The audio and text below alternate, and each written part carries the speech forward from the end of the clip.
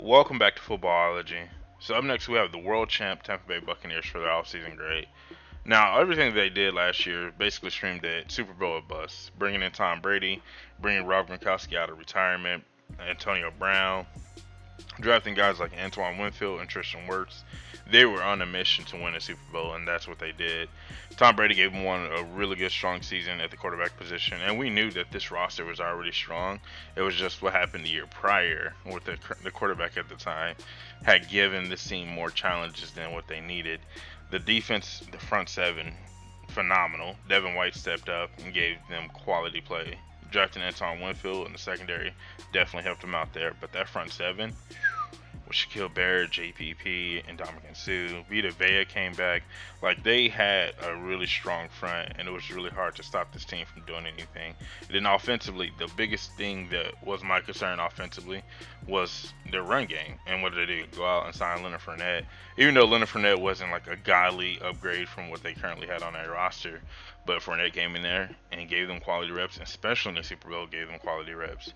I thought that this team was well put together, and it was a spot fixed team, but it didn't need a lot. But it did exactly what it was supposed to. When you push all your chips to the table like the Bucks did, you want to win a championship, and that's exactly what they did. Moving over to their free agency period, you see that they brought Rob back for one more year. Just some quick fix. Like everything that I looked over this offseason, it was all quick fix. Bringing some of the same players back, trying to keep that same identity. Nunez Roches, I can't even say his name. They brought him back for 2 years. You think about Earl Wolford, the guard. That's just depth at that point. They don't need him, but it was great quality depth. Ryan Suckup at the kicker position for 3 years. These are people that they could afford at a certain deal, and that's exactly what they did. Leonard Fournette once again for one more year. Gio Bernard for one more year. Sean Mcclendon, I think that's really clutch because once again creating depth along the defensive front and keeping those guys intact. AB back for one more year. These are all like 1 year deals. Blaine Gabbert just to create some depth, I guess. And they didn't need anything really. Like going into the offseason, as you can see, scrolling down, these are all contracts to say that we're not spending a lot of money. We like our current most of our current starters that we have in place.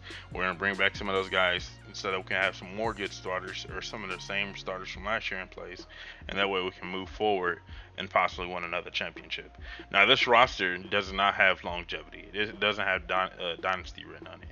But what it does have written on it, we probably can dominate the league for the next 3 years. They got year one out of the way, dominated, won the Super Bowl. Year two is looking like the same way, lined up the same exact way because of the way they took care of their off season. And year three is probably going to be another dominate season.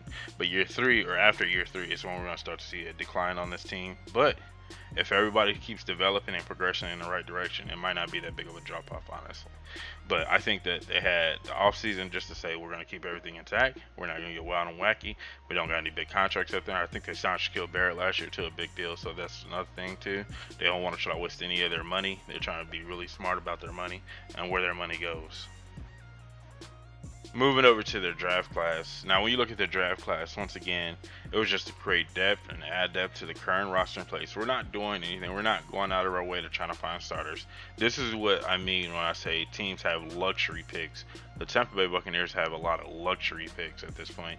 We're not needing for anything. We're not hurting for anything. I think their biggest, in my opinion, their biggest need or hurt was the cornerback position. Even though Carlton Davis played some decent ball for them, I feel like they could definitely improve there. I think their secondary is their weakest point and for the most part their weakest unit on their whole entire roster, and that's not like by much. Like that secondary isn't that horrible at all, but it's just that's if you're gonna attack this team, that's where you would have to attack this team. But I like what they did in the first round, had the luxury pick to go out and get a pass rusher, especially in this year's class where we didn't know what pass rushers were. They went out and got Joe Tryon, and now what it is it becomes a rotation. You got Shaquille Barrett on a deal. I think JPP is on a limited contract. I don't think he's on a big contract at all, or his contract's gonna be coming up shortly. But anyways, you put a young guy in there, becomes a part of a three-man rotation between Shaquille Barrett and JPP, and just gives you that opportunity to see if you got somebody in Tryon. So if you got a guy in Tryon, get him some tutelage, get him some mentorship from the other two pass rushers that you have in your roster, and keep that same ferocious pass rush, and keep those guys keep pushing up the field like they've been doing. Cal Trask, once again, we know Tom Brady ain't no spring chicken. Not saying he's going to retire tomorrow. Clearly, that doesn't even look like that's going to be a thing of him retiring in like 5 years. But going out and getting Kyle Trask, which is a guy that I feel like that could possibly have been a first rounder for a really quarterback needy team or a team that felt like they could use a quarterback.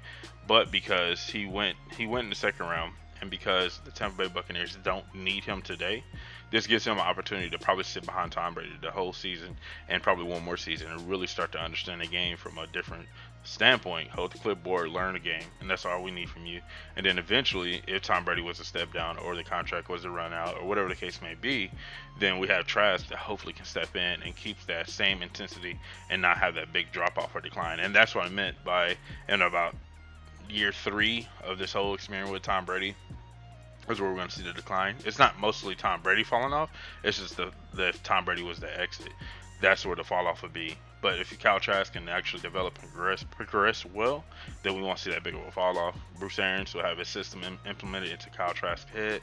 Kyle Trask come out and run the system like it never missed a beat, and that'd be really clutch for this team. We already talked about Notre Dame offensive linemen, and so them getting Robert in the 3rd round, clean, whatever. Like I said, luxury. They have a strong offensive line in place, but this is just going to add more depth and competition at the position. Jalen Durden, I think that North Texas, I actually forgot where I seen his name or I was doing research or something, but once again, just add more depth at the receiver position. AB's on a 1-year deal. Chris Godwin could possibly be coming up too.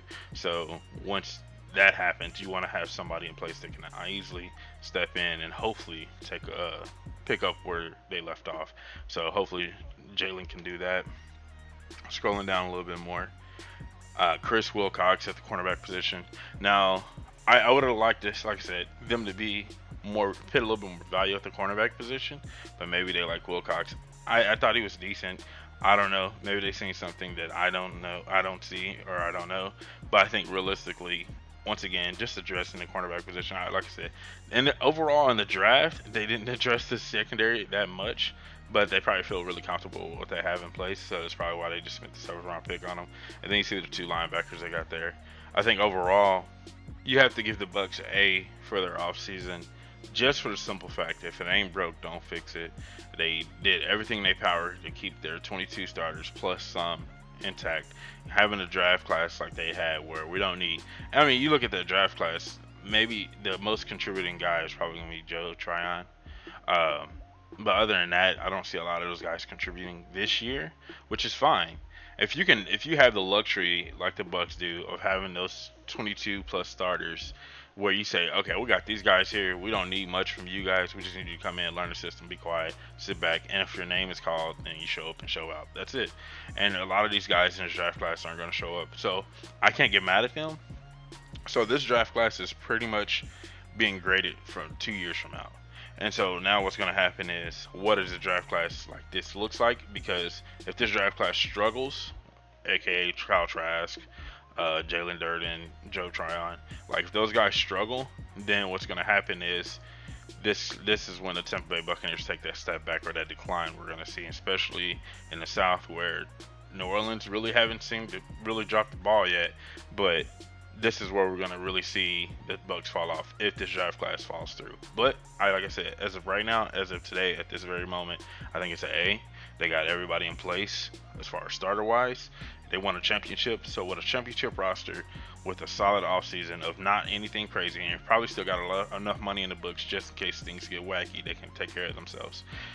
That's what's about. That's what it all comes down to: getting value and not spending a lot of money. And I think realistically, they had a strong offseason. I think the Bucs can be easily NFC Championship game again. I'm not saying they're going to win it, but they can easily be there again and compete for another Super Bowl. So let me know what you guys think in the comment section below. Do you feel like this grade was too high for the Bucs? Do you feel like they deserve a lower grade? Do you feel like the Bucs are just stacking the cards or something? They're just a wild team and we're just not giving them enough credit? Because I don't feel like they get enough credit, because I think we kind of just overlook them because they're like, Tom Brady, they're going to win regardless. No matter what we say, they're going to win. So I don't know. Let me know what you guys think in the comment section below. And also, if you're not a footballologist yet, I don't know what you're waiting on. Go and hit that subscribe button today, become a footballologist, and stay safe, football fans.